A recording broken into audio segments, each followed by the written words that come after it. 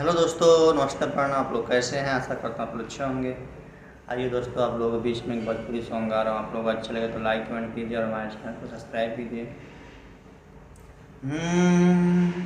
कजरा लगावतिया वीडियो बनावतिया मन करे देखी हम औरी औरी।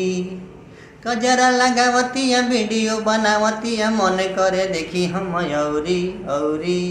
दिलवा लेके भागल रे एगो रील वाली छौड़ी। दिलवा लेके भागल रे एगो इंस्टा वाली छौड़ी।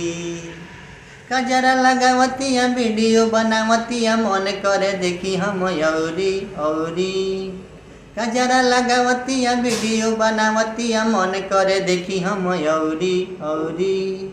दिलवा लेके भागल रे एगो रील वाली छौड़ी। दिलवा लेके भागल रे एगो इंस्टा वाली छौड़ी। हेलो दोस्तों, गाना कैसे लगा? अच्छा लगा हो तो लाइक कमेंट कीजिए और हमारे वीडियो में बन रही है दोस्तों। आप वही कपड़ा पहिरले जाली बिया लागतिया सबसे सुपर। करत करे जवा घायल बिया नचतिया सबसे ऊपर। वही कपड़ा पहिरले जाली बिया लागतिया सबसे सुपर।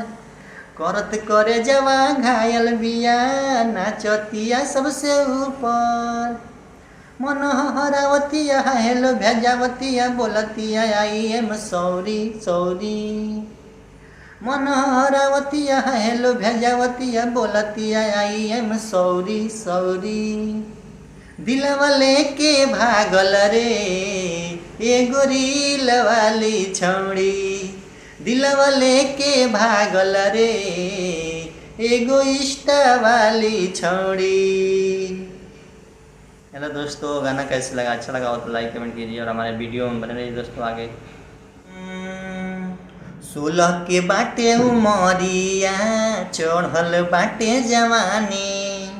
कमलेश राजा शंभू के बढ़वले बिया परेशानी। 16 के बाटे उमरिया चढ़ल बाटे जवानी। कमलेश राजा शंभू के बढ़वले बिया परेशानी।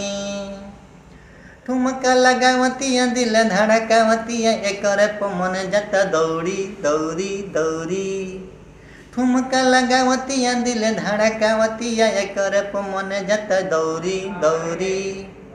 दिलवा लेके भागल रे एगो रील वाली छौड़ी।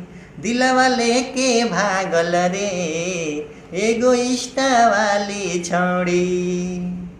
कजरा लगावतिया वीडियो बनावतिया मन करे देखी हम औरी औरी औरी।